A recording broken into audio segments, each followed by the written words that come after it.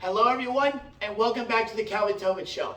I am your host, Calvin Tobin. Today we have a lot to talk about, so let's get right into it. Oh, right. The college football season is officially wrapped up, and so is the college football playoff national championship, and the Georgia Bulldogs are on top of the world again for the second year in a row. And now they have become the 8th team in college football history to ever win back-to-back national championships, and they are the first team since the to win back-to-back national championships since the 2011-2012 Alabama Crimson Tide.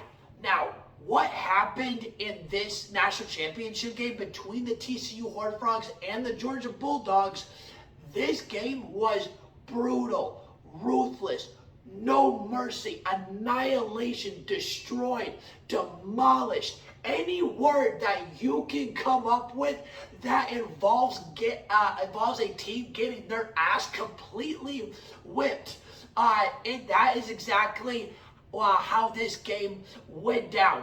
And it was completely ridiculous of what Georgia did, because what this game looked like, it looked like the Super Bowl champions playing a middle school team, because it was just completely lopsided and unfair.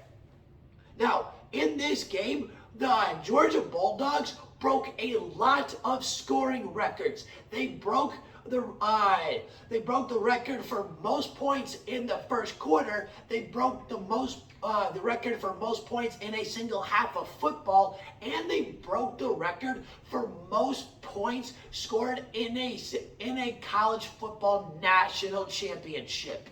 Now, when it comes to how many points that the Georgia Bulldogs scored in this game, I didn't think it was possible for a single team to outshine the 2019 LSU Tigers, at least in the scoring realm, because they scored 63 points against Oklahoma in the semifinals back in 2019.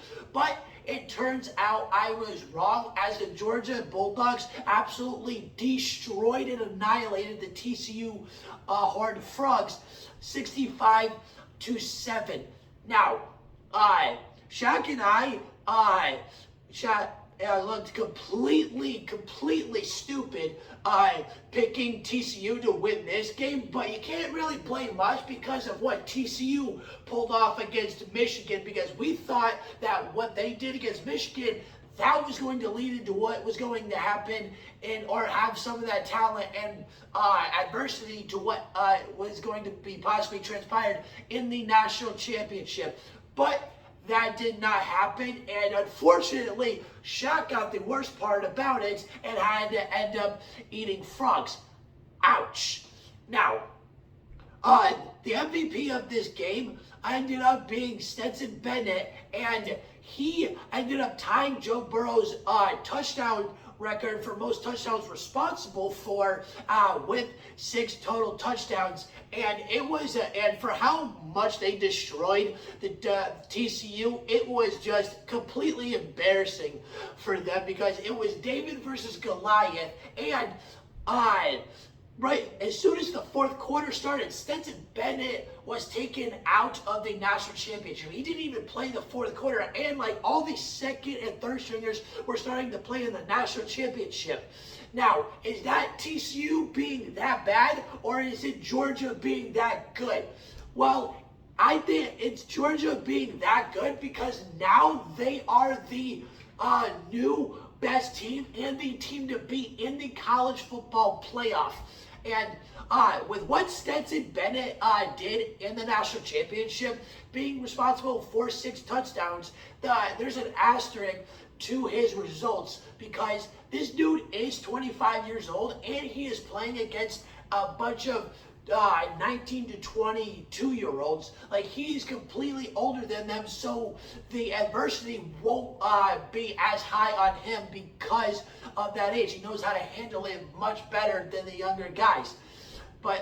he ended up getting 2 national championships, ended up being the MVP for both of the games, and is easily the greatest quarterback in Georgia's history. And now he's going to move on to the NFL. Hopefully he has a good career because he's been phenomenal throughout his entire Georgia Bulldog career.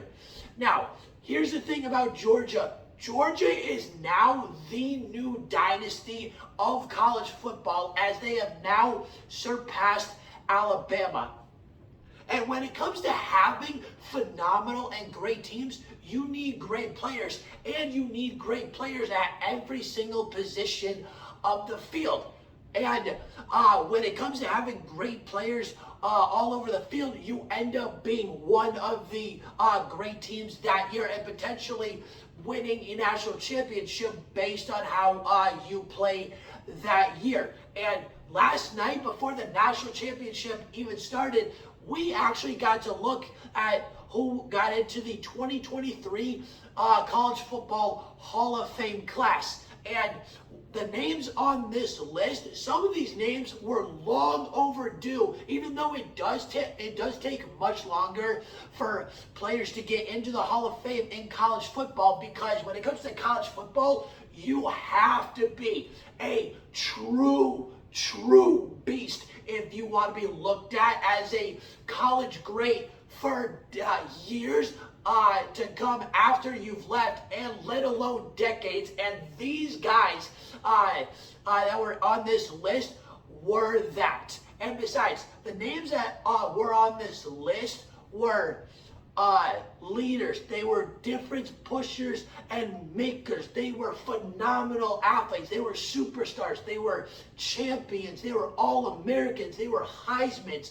These guys made a difference in college football, and the most important thing that these guys were is that they were cultural changers, and they're the reason on why their football team was so great and phenomenal when they played for them.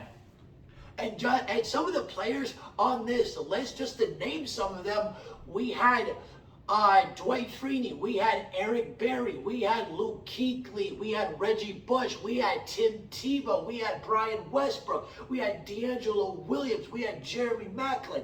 So many names, great names, are on this list. And now, when it comes to that list, the greatest player on that list is between Tim Tebow and Reggie Bush, because these guys won 2 national championships. These guys won a Heisman. These guys were 2-time All-Americans, and so much more.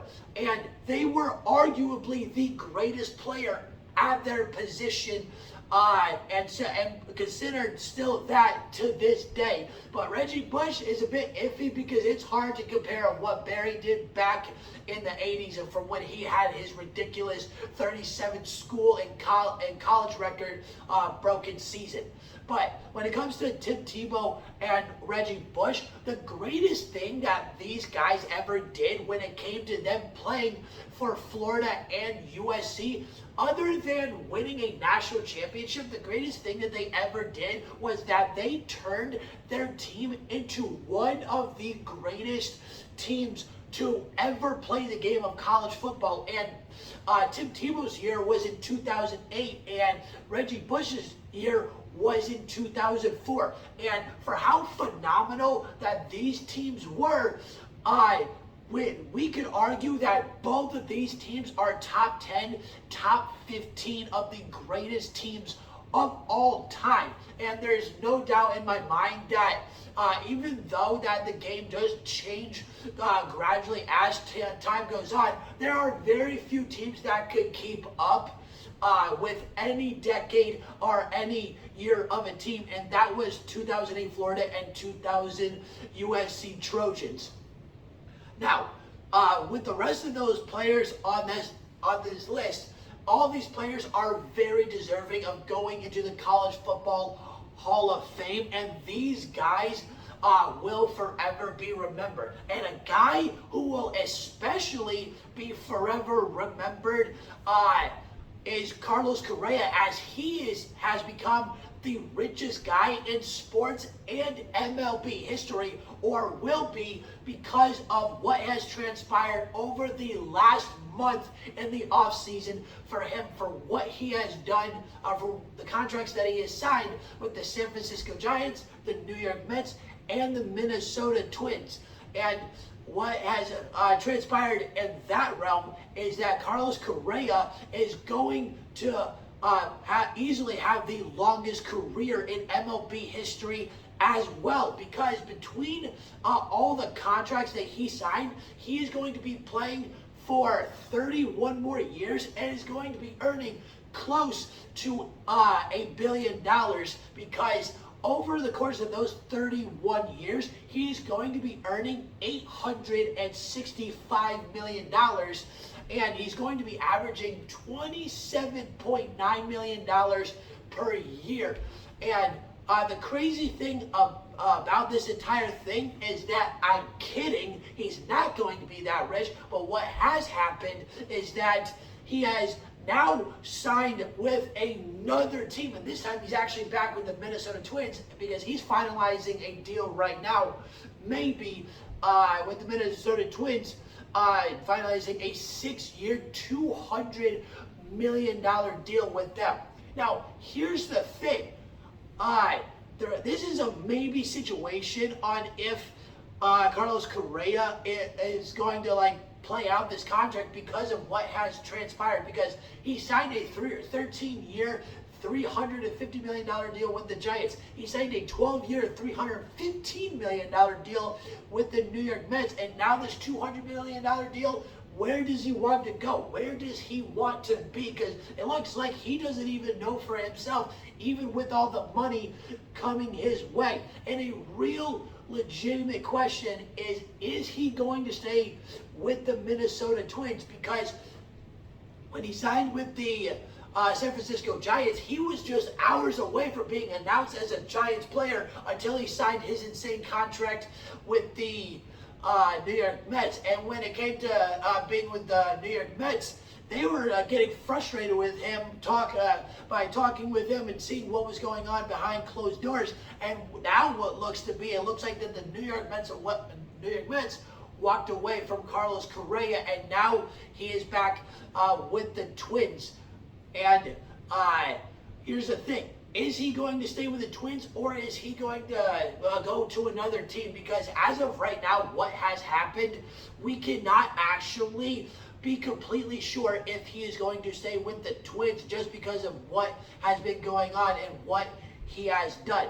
And with that, we can easily say that Carlos Correa has had the craziest offseason ever.